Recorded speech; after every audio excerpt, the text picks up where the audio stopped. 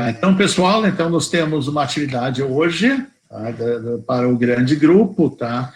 E meu nome é Thor Onsten, eu sou professor do departamento e minha área de atuação é doenças do sangue, hematologia e também medicina transfusional. Tá?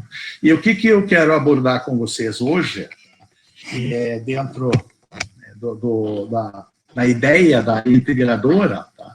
É juntar, né, um caso clínico, né, com ferramentas que nós usamos para chegar ao diagnóstico. E uma das ferramentas extremamente importantes é o hemograma. Tá? O hemograma é o exame de sangue mais realizado no mundo. Tá? Então, vocês todos vão pedir hemograma para os pacientes. E por que a gente pede hemograma? A gente pede hemograma, que é um exame composto por vários parâmetros, para avaliar como está o tecido hematológico. Grande parte das alterações que acontecem, né, com as células sanguíneas, elas podem ser assintomáticas. A pessoa tem uma alteração, mas que não está se manifestando clinicamente. Tá? E muitas vezes, quando tem manifestações clínicas, né, por alterações do sangue, elas são muito inespecíficas. Vocês estão fazendo a semiologia junto, tá? E vocês sabem que tem uma queixa comum, que é cansaço. Tá? Anemia pode causar cansaço, tá? Mas um monte de outras coisas também causam cansaço. Tá? Então, o hemograma está incluído naquele grupo de exames que nós chamamos de rotina, exames laboratoriais de rotina, que visam avaliar órgãos e tecidos cujas manifestações muitas vezes são assintomáticas ou são inespecíficas. Vocês sabem, por exemplo, que uma pessoa que tem uma insuficiência renal crônica não sente nada, tá? Ele só vai notar se ele deixar de urinar. Tá?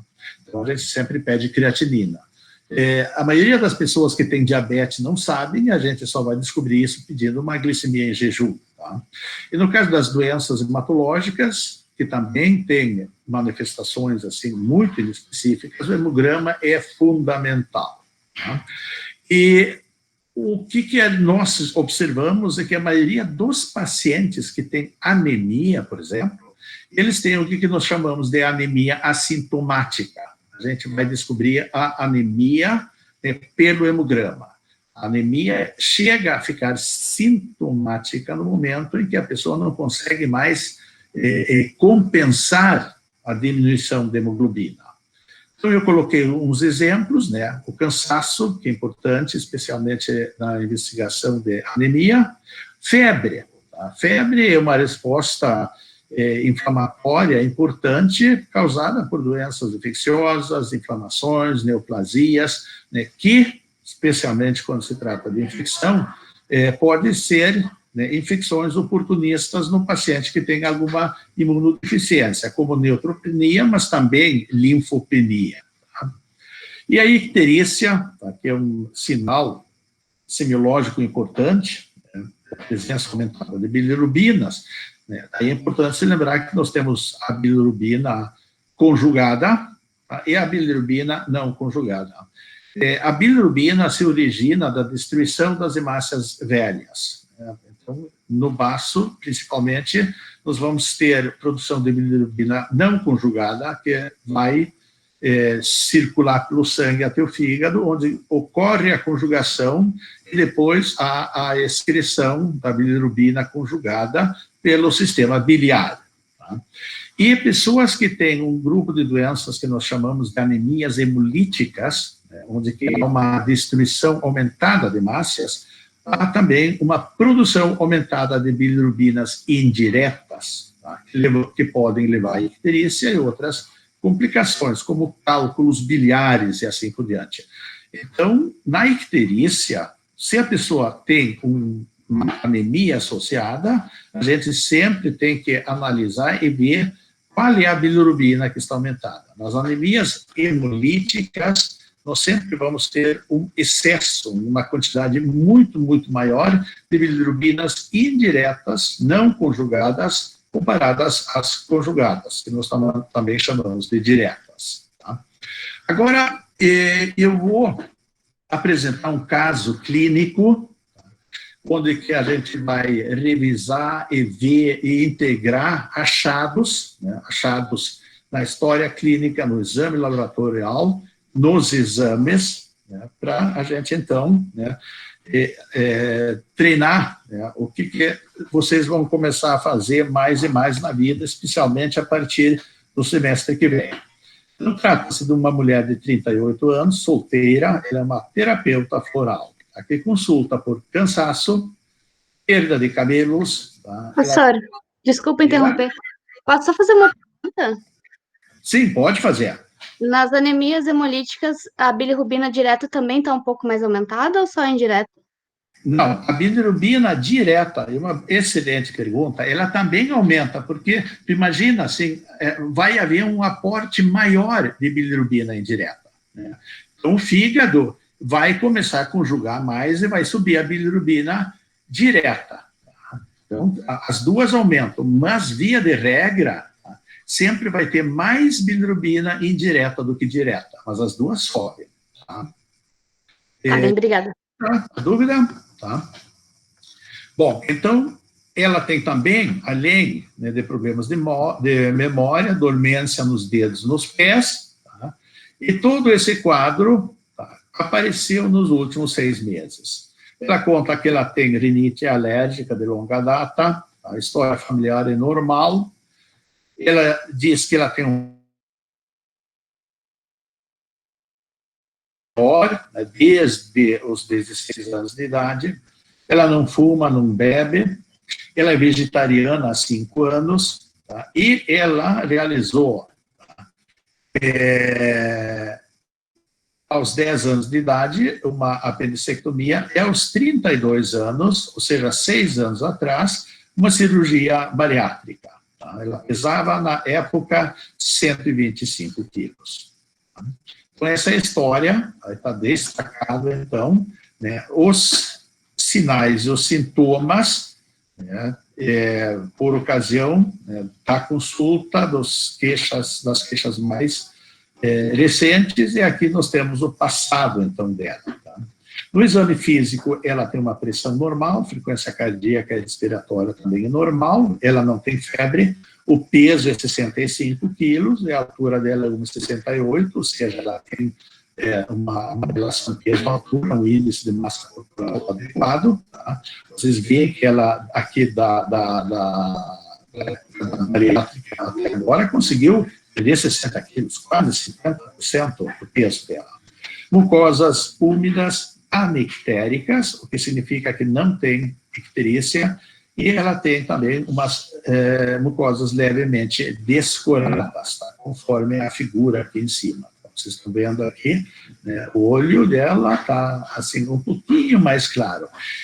Descoloração de mucosas, tá? Ou uma mucosa muito colorada, pode ter outros motivos, né? Então, assim, dizer que tem ou não tem anemia pelas mucosas, né, não é possível. Mas pessoas que têm anemia, tá, podem ter mucosas, né, um pouquinho mais descuradas, como é o caso dela. Tá? O problema das mucosas do olho é que se a pessoa tem alguma irritação no olho, alguma conjuntivite, tá, mesmo com anemia, ela vai estar com uma mucosa muito congesta, avermelhada. Ela tem dentes em boas condições, tá? E apresenta também esse fenômeno aqui, que é muito importante sempre pesquisar no exame físico, que é, né, o padrão da língua. Uma língua normal, tá? Basta olhar no espelho, vocês tiram a língua para fora e dão uma olhada, vocês vão ver que a língua ela é ocupada, tá, por papilas. Em alguns casos, são muito marcantes essas papilas. A língua normal tem papilas. Quando começa a haver perda dessas papilas, a língua começa a ficar lisa, tá? E fica meio avermelhada. Tá? Essa despapilização da língua, nós chamamos de glossite. Isso é um achado muito importante, especialmente quando a gente vai investigar a etiologia de uma anemia. ela não tem adenomegalias, tá? Ela não tem hepatosplenomegalia, não se palpa a tireoide, a ausculta cardiopulmonar normal, abdômen indolor, a palpação, tá? E extremidades bem perfundidas, com pulsos simétricos, tá? O que chama a atenção, entretanto, é que ela tem essas unhas altamente alteradas, né? Vocês veem que elas são curtas, né? que é bastante comum quando são muito frágeis, tá? E tem essas deformidades, né, na topografia da unha, tá? Então, vocês estão vendo como essas unhas tão feias, tá? Imagina para uma moça de 38 anos, né, que isso não deve ser muito agradável, tá? Bom, e daí, por fim, né, se percebe uma diminuição da sensibilidade vibratória em mãos e pés. Não há, assim, perda de força, tá, mas tem esse achado da sensibilidade. Tá? Bom, sempre que nós concluímos uma anamnese, o exame físico, né, é bom a gente, então, listar os problemas que nós encontramos, tanto sinais como sintomas, e para facilitar a formulação de hipóteses diagnósticas, sempre bom colocar os problemas em ordem cronológica. Assim, em cima, sempre o problema mais recente, o problema atual, via de regra, o motivo da consulta, né, e depois os problemas conforme foram acontecendo. Então, o que a gente vê aqui nesses 6 meses? Nós temos um quadro de cansaço, perda de cabelo, problema de memória, dormência nas extremidades, glossite, unhas quebradiças. Tá? Quadro atual. Ela é vegetariana há 5 anos, ela fez uma cirurgia bariátrica há 6 anos, tá? Ela vem, tá, já 22 anos com fluxo menstrual acima do normal, e 28 anos atrás, ela fez uma apendicectomia e ela tem uma rinite crônica de longa data, que começou na infância. Tá? Então, essa aqui é a ordem cronológica dos problemas dela. A importância de fazer isso é porque nós temos sempre que pensar, né, em nexos casuais. Será que problemas que aconteceram ou antecederam o problema atual, será que tem alguma relação? Qual é a relação? É uma evolução, né, ou é uma causa, ou faz parte da história natural do problema? Então, é assim, importante a ordem cronológica e ver assim, né, qual é o nexo que eventualmente pode ser encontrado. Tá? Então, nessa situação aqui, nós estamos vendo assim que tem problemas, tá, e queixas que são extremamente inespecíficos. Cansaço, problema de memória, perda de cabelo, tá, dormência, tá, nos pés e assim por diante. Isso aqui são achados muito inespecíficos e podem ter várias causas, né, extremamente diferentes entre si. Mas ela tem 2 achados que são um pouquinho mais específicos, que é a glossite e as unhas quebradiças. Tá? E no passado, nós estamos vendo assim que ela é uma vegetariana, né, inclusive beirando ao veganismo, uma ingesta muito pequena de produtos contendo proteínas animais, tá? Fluxo menstrual, a apendicectomia, né, e esse quadro aqui, ou esses eventos aqui, né, novamente, importante se perguntar como é que isso pode ou não tem nexo nenhum com o quadro atual. Bom, nessa consulta aqui, foi pedir exames laboratoriais. Tá? Os exames laboratoriais de saída, num trabalho diagnóstico, a gente quer com eles fazer uma avaliação, especialmente dos órgãos e tecidos, cujas manifestações são mais inespecíficas. E depois também, se possível, se tem algum dado mais específico, a gente pede, então, exames, né, que vai avaliar aquilo que a gente já pode estar suspeitando. Tá? Então, ela voltou, né, com os exames que foram solicitados, e nesse meio tempo, né, depois de 3 semanas, ela conta que surgiu uma nova queixa, que ela está com uma vontade muito grande de comer gelo. Tá? E esse comportamento nós chamamos de criofagia, tá? Que é um dado muito importante também. Aqui nós temos, então, o hemograma. Tá? Esse exame que vocês vão pedir, tá? Pelo resto da vida para um monte de pacientes. E vocês veem que o hemograma traz muitas informações.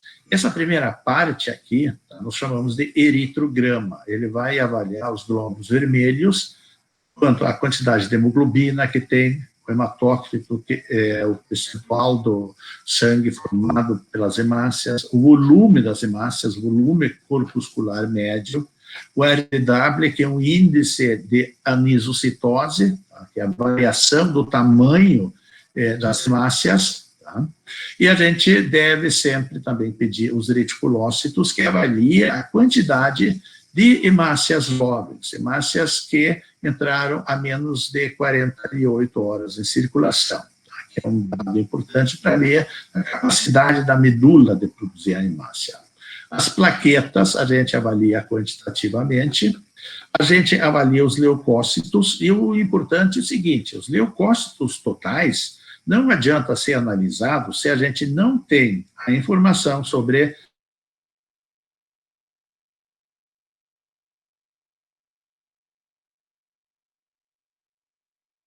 os eosinófilos, monócitos e basófilos, tá? E eles estão presentes em quantidades, né, que são importantes, porque cada um deles tem uma função muito distinta no sistema imunológico.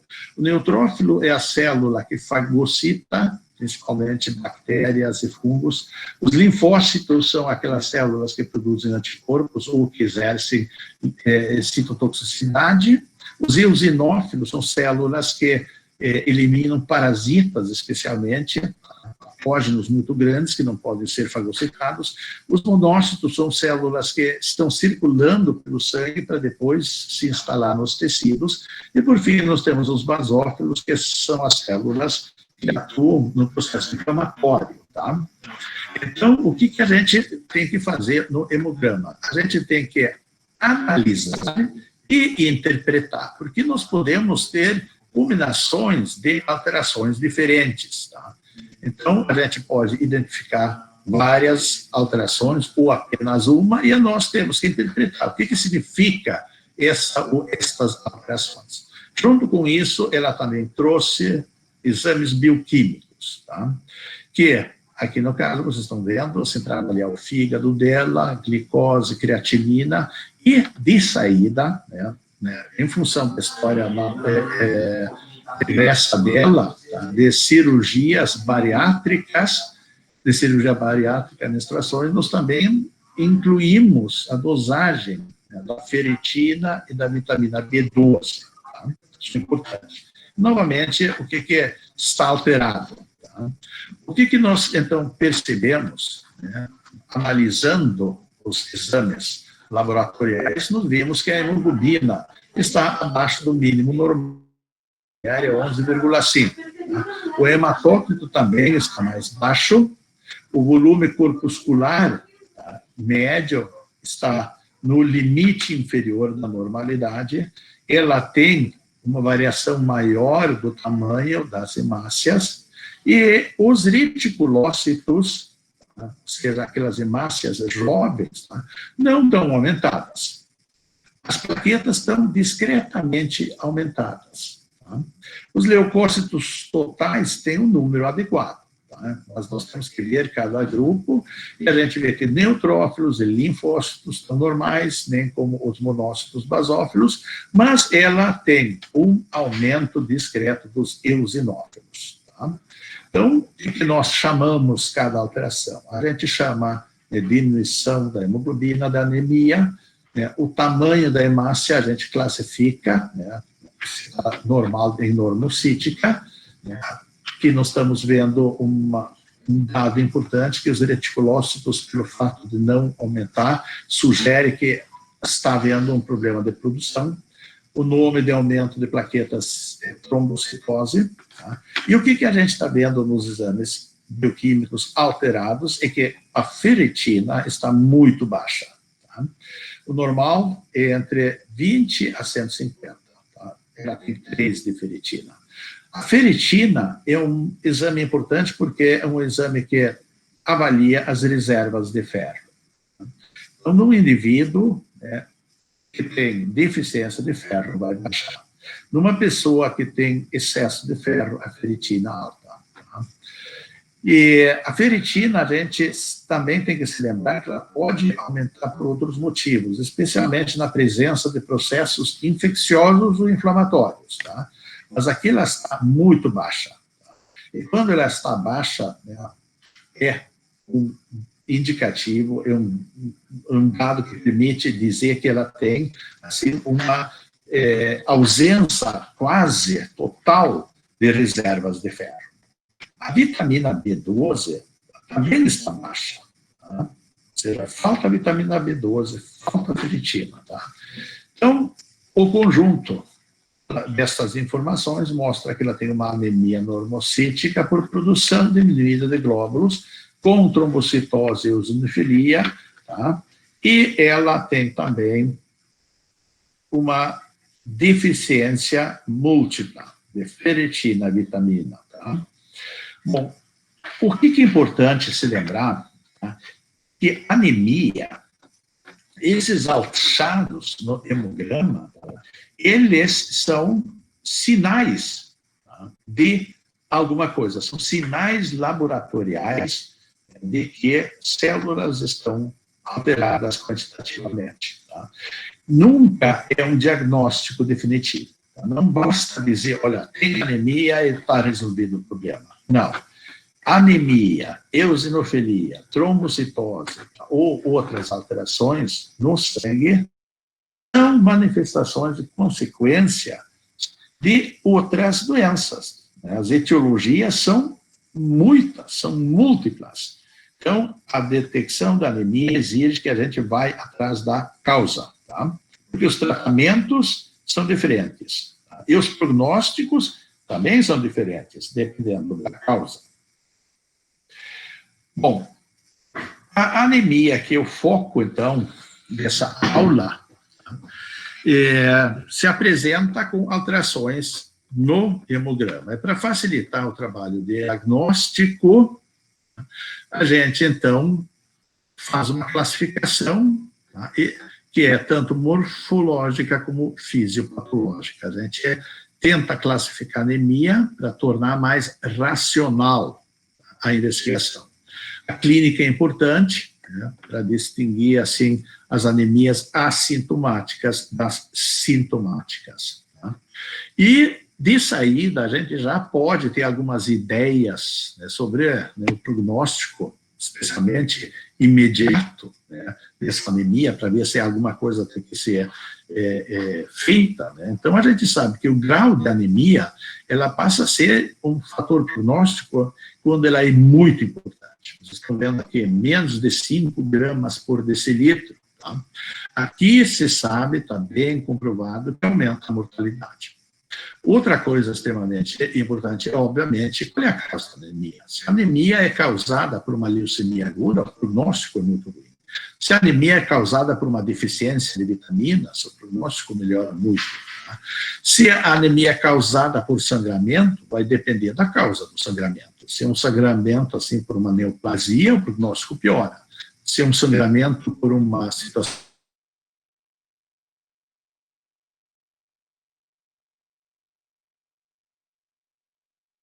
cardiopatia. Tá? E daí as duas cardiopatias que têm importância é a isquemia cardíaca e a insuficiência cardíaca. Na anemia, há um risco maior a isquemia cardíaca. A anemia mais intensa pode, inclusive, levar a um infarto num cardiopata isquêmico.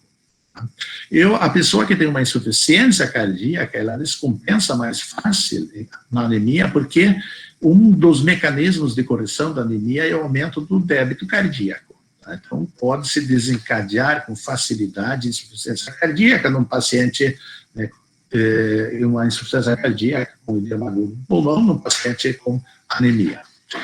A situação de hemorragia aguda também é importante saber, porque se a pessoa vem com uma lesão, esse indivíduo está chocado pelo sangramento, tá? Nós temos, né, certamente uma anemia, mas nós temos também coisas que se associam com a hipotensão, a perda de volume, a capacidade de manter a pressão intra-arterial. Tá? O que é importante, então, a gente avaliar, né? Tem anemia, tem algum fator prognóstico, né, clínica, né, ou não, né, mas nós temos que ir atrás da causa. E daí, né, uma interpretação fisiopatológica é fundamental.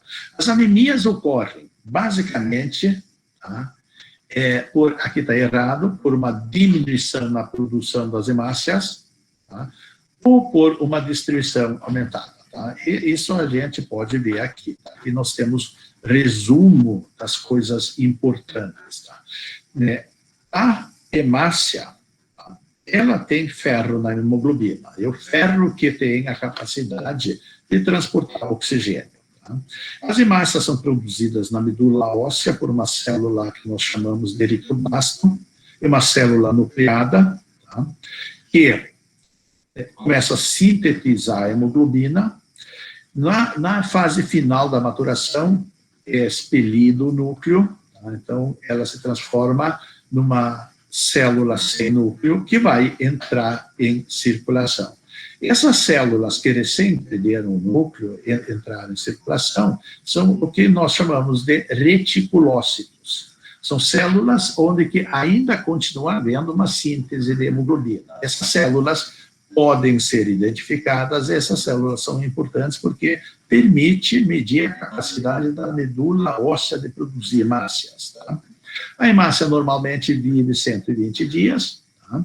E quando ela chega, né, à idade final, ela altera a membrana, essas alterações são reconhecidas, a hemácia é retirada principalmente do braço, onde que ela é desmontada, né? A hemoglobina, então, ela cede o ferro, tá? E vai voltar, tá? O ferro sai, né, do baço e volta para a medula óssea, né, para fornecer ferro para produzir novas hemácias, e o restante da hemoglobina, a parte de globina da hemoglobina, ela é transformada em bilirrubina não conjugada, que vai lá para o fígado. Então, a gente, assim, sabe que uma anemia pode ocorrer porque tem algum problema aqui na medula óssea, alguma coisa que impede a fabricação normal de hemácias, mas pode também ter uma diminuição na sobrevida da hemácia. Ela é destruída mais rapidamente, ela não vive 120 dias. Tá? Quanto mais intensa é essa destruição, quanto mais intensa é a hemólise, né, menor é a sobrevida da hemácia. Então, vocês imaginam se as hemácias, que normalmente a gente perde em torno de 1% por dia, numa hemólise a gente pode estar perdendo 10, 20 ou mais por cento de hemácias. Na tentativa de compensar, tá, essa perda por destruição, tá, a medula óssea tenta produzir mais, então vai aumentar os reticulócitos, mas frequentemente isso não é suficiente para compensar essa perda, né? E a pessoa, então, desenvolve uma anemia por uma destruição aumentada. Tá? O que é importante de saída é que as causas, né, se é uma produção diminuída, tá? Nós temos frequentemente anemias secundárias, deficiências vitamínicas, né, ferro, vitamina B12, ácido fólico. A pessoa pode ter uma insuficiência renal crônica, ela não produz eritropoetina, daí não estimula a parte aqui. Nós podemos ter pessoas que têm hipotireoidismo, os hormônios da tireoide também são importantes para estimular a produção de glóbulos sanguíneos, especialmente hemácias. Tá? Depois nós temos essas doenças graves que podem afetar a medula óssea, síndrome mielodisplásica, leucemias, anemia plásica, mielofibrose, tá? Onde que a medula está doente. Tá? Com isso, né, há um comprometimento, né, inclusive, muitas vezes, de todas as células, não só as hemácias. Nas situações onde que nós temos uma destruição aumentada, nós chamamos isso de hemólise, tá? Então, são as anemias hemolíticas. Aí, normalmente, essas podem ser congênitas, podem ser autoimunes, a pessoa produz um autoanticorpo, podem ser aloimunes, tá? E nós temos uma situação muito importante, que é a destruição mecânica das hemácias, né, em situações de microangiopatias, que é um grupo de doenças onde há dano ao capilar. Tá? Um comentário importante, especialmente em relação dos nutrientes necessários para a produção de glóbulos vermelhos, tá? E que vocês viram que a maior parte do ferro que precisamos para fazer a hemoglobina, ela vem dessa reciclagem de massas velhas, tá? O que for insuficiente, aí sim é importante que tenha ferro na dieta, tá?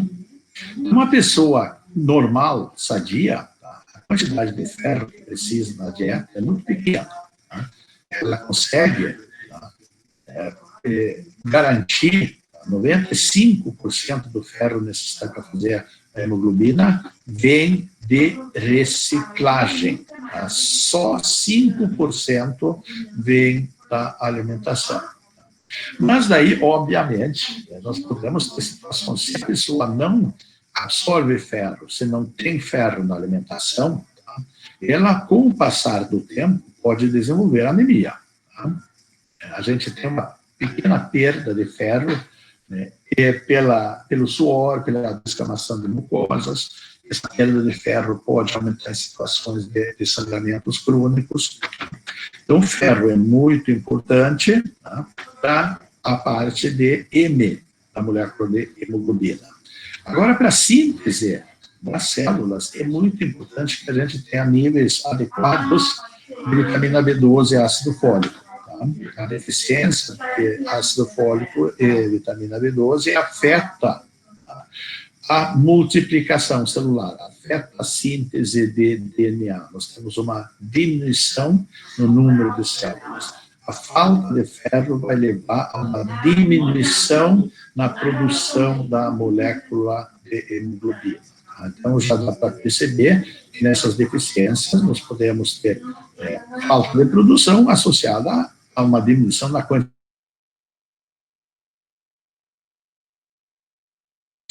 dessas vitaminas. Tá?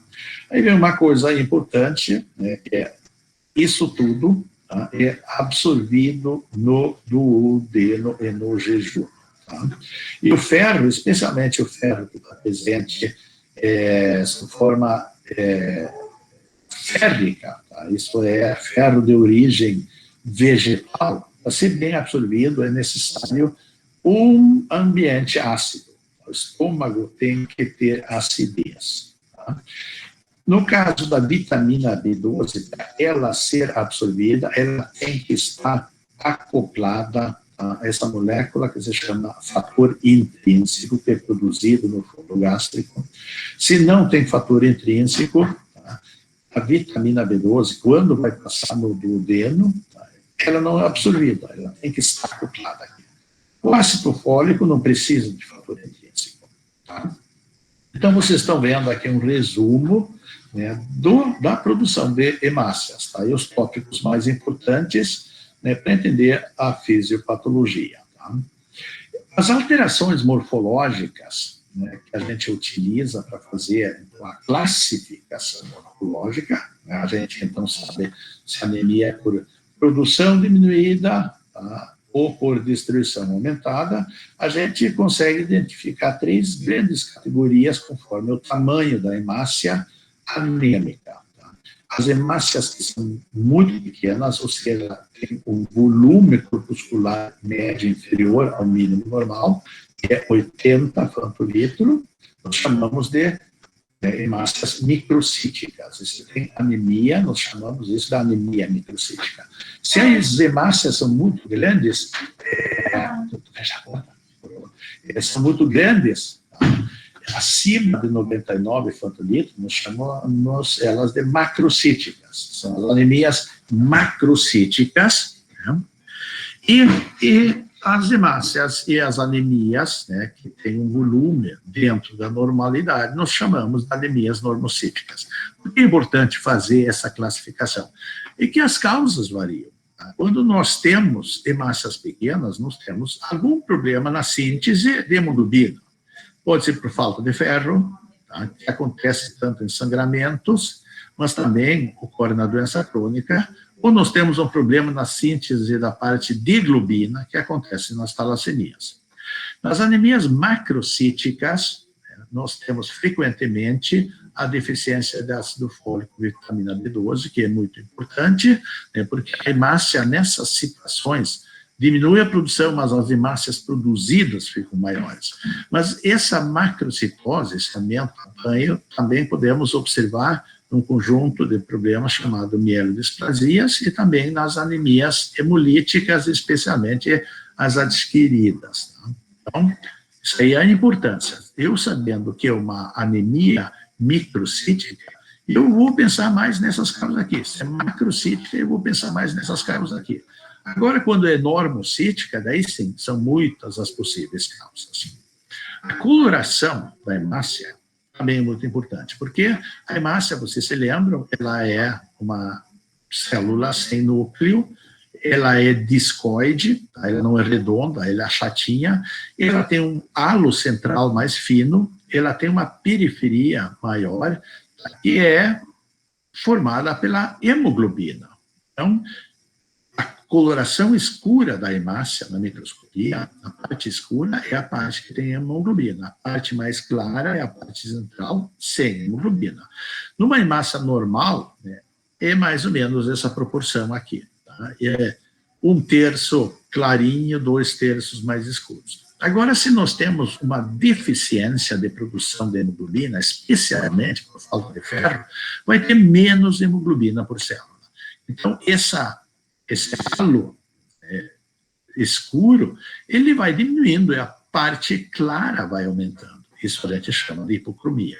Então, sempre que fica, está descrito hipocromia no hemograma, né, a gente já imagina que está faltando, né, síntese de hemoglobina, provavelmente por falta de ferro. Então, a gente leva em consideração as alterações morfológicas da classificação, tamanho da hemácia, sua coloração. Depois nós temos alterações mais ou menos específicas. Além desse tipo de alterações, nós podemos ter alterações na forma da hemácia, né, como acantócitos, equinócitos, hemácias em ermo, hemácias em gota, fragmentação, hemácias em foice, na anemia falciforme. O fenômeno do rolô, as hemácias se juntam. Um achado importante quando nós temos proteínas. Então, o que a gente tem que saber? Tem algumas alterações que são mais inespecíficas, essas são mais inespecíficas, enquanto que, por exemplo, uma fragmentação hemática é um achado altamente sugestivo, né, de uma anemia microangiopática. Mas sem foices, aí permite diagnosticar anemia falciforme. O rolô, então, uma suspeita grande de mieloma múltiplo. Então, vocês estão vendo que, quando a gente olha para o hemograma, ele siga uma anemia, né, tem que ver volume, coloração, tá? Se está descrito alguma alteração de forma, ver como é que estão os reticulócitos, tá? Isso ajuda tudo, né, tá? Então, de limitar as possíveis hipóteses diagnósticas. Tá? Bom, o que essa paciente tem? Tá? Como é que esses dados, tá, e essas informações, essas alterações encontradas permitem levar a um diagnóstico? Tá? Então, o que acontece? Essa paciente, ela vem com esses achados aqui, ela vem com anemia, né? Ela vem com quadro clínico, e essa anemia, nós vimos que ela é uma anemia microcítica, tá? E foi documentado, então, uma diminuição de ferro e vitamina B12. Então, ela tem uma anemia, tá, certamente causada pela deficiência de ferro e vitamina B12. Tá? A trombocitose, tá, que nós vimos no hemograma, é um achado, tá, bastante comum quando a pessoa tem deficiência de ferro. Então, essa trombocitose faz parte do quadro de deficiência de ferro. Tá? A eosinofilia, tá, no caso dela, tá, certamente em função da rinite alérgica. A principal causa de eosinofilia, muito mais comum do que parasitoses, em áreas mais desenvolvidas do mundo, tá, é justamente diferentes tipos de alergias. Tá? Então, sempre é importante na eosinofilia investigar se não tem algum quadro alérgico. Tá? E a rinite é muito comum. Inclusive, esses indivíduos que têm rinites alérgicas, se a gente faz um exame citopatológico, se ela tivesse apenas deficiência de ferro, sem a deficiência de vitamina B12, nós iríamos certamente encontrar uma anemia microcítica, tá? Assim com o volume corpuscular muito diminuído, que não é o caso dela, vocês viram que estava em 80. Tá? Quando nós temos uma deficiência isolada de vitamina B12, tá, o volume corpuscular aumenta muito, tá? Vai para 120, 130, vocês viram que não. Mas quando a gente tem a deficiência simultânea, né, dessas substâncias, o que acontece é que o volume corpuscular fica assim em cima do limbo. Né? Então, o volume corpuscular médio dela, né, não sugere nem um nem o outro, mas é sugestivo da presença dos dois juntos. Tá? Bom, o que isso aqui pode explicar? Aqueles achados, né, e as queixas, né, e os sinais que nós encontramos. A glossite, tá?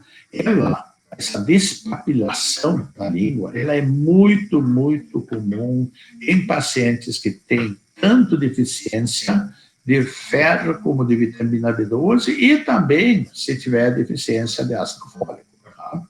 Então, glossite, tá, sempre tem que pensar numa deficiência, possível deficiência, especialmente se tem anemia associada, então a gente sempre tem que investigar, né, e medir os níveis, né, dessas moléculas aqui. Queda de cabelo e unhas frágeis, tá? Isso também é um achado muito, muito, muito comum, tá, em pessoas com deficiência de ferro crônica. É muito frequente. Unhas frágeis. As pessoas, por exemplo, as mulheres dizem que não podem deixar as unhas crescer porque elas começam a se fragilizar. A queda de cabelo também é muito, muito importante. Então, isso faz parte do quadro da deficiência de ferro.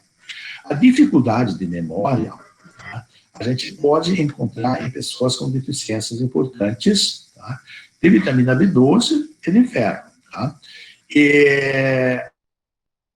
Ela é importante na mielinização dos nossos quadros demencial, tá? E pode também levar a uma neuropatia periférica. Tá?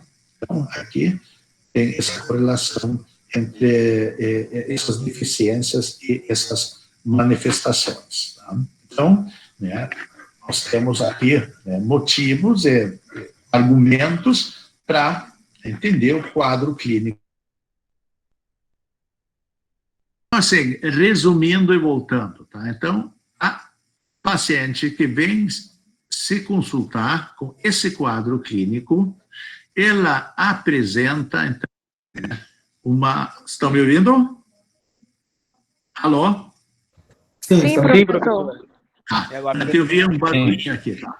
Bom, então, ela tem uma anemia, né, que nós agora sabemos é por deficiência de ferro e vitamina B12.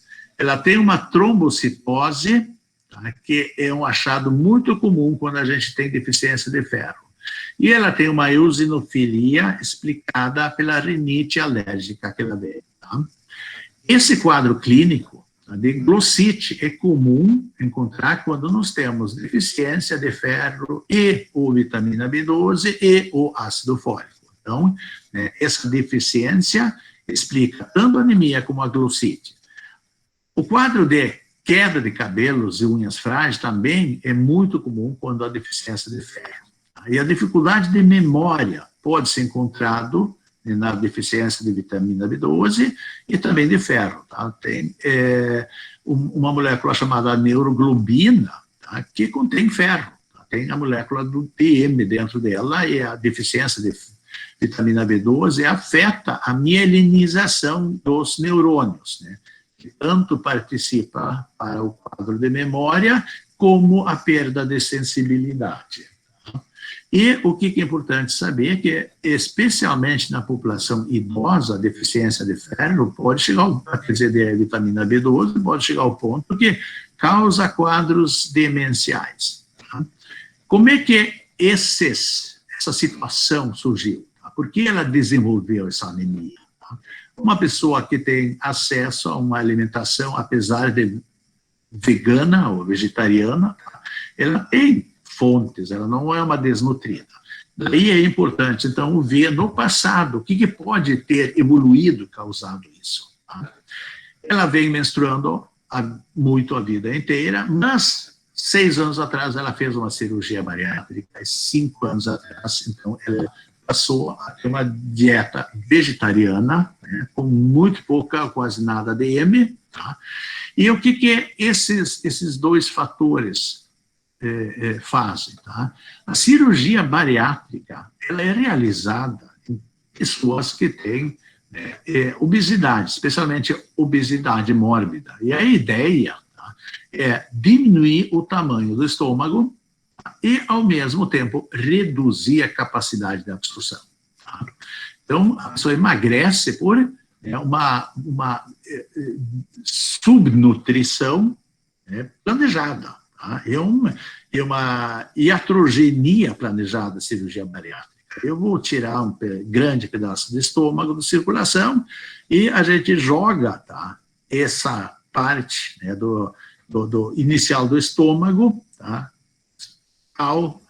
a nível do D no jejum, tá, e com isso, né, o alimento não passa pelo estômago, tá, e ele cai diretamente no jejum do duodeno, e daí é importante a gente se lembrar, tá, e vocês viram que o ferro, tá, especialmente quando ele é de origem vegetal, ele tem que ter um ambiente ácido. Se o alimento não passa no estômago, né, o pH é mais alto, no ponto em que se absorve ferro. Isso atrapalha a absorção de ferro. Mas na cirurgia bariátrica, outra coisa que se faz, né, o fato de desviar, né, o fluxo alimentar até o duodeno e o jejum, tá, faz com que o alimento não passa no fundo gástrico, na parte final do estômago, onde que é produzido o fator intrínseco. Tá? Então, mesmo que a pessoa coma vitamina B12, se essa vitamina B12 não tiver contato, tá, com o fator intrínseco, ela não é reconhecida ela no duodeno, no jejum, tá? E ela não é absorvida. Tá? Então, assim, outras pessoas que podem desenvolver deficiência de vitamina B12, um grupo de pessoas são aqueles que fazem, por exemplo, uma gastrectomia por uma neoplasia. Tá? Outra situação muito comum é que tem pessoas que podem desenvolver autoanticorpos contra as células parietais presentes no fundo gástrico. Então, há uma destruição, né, das células que fazem o fator intrínseco, não tem mais fator intrínseco, e a vitamina B12, ela continua sendo ingerida, né, mas ela passa pelo intestino e não é absorvida. Então, esse quadro, essas coisas anteriores, tá, contribuíram, então, para que se chegasse a esse ponto de deficiências, né, de duas substâncias muito importantes, né, numa intensidade tão grande, né, que causou tudo isso aqui que vocês estão vendo, anemia, trombocitose e esse quadro clínico.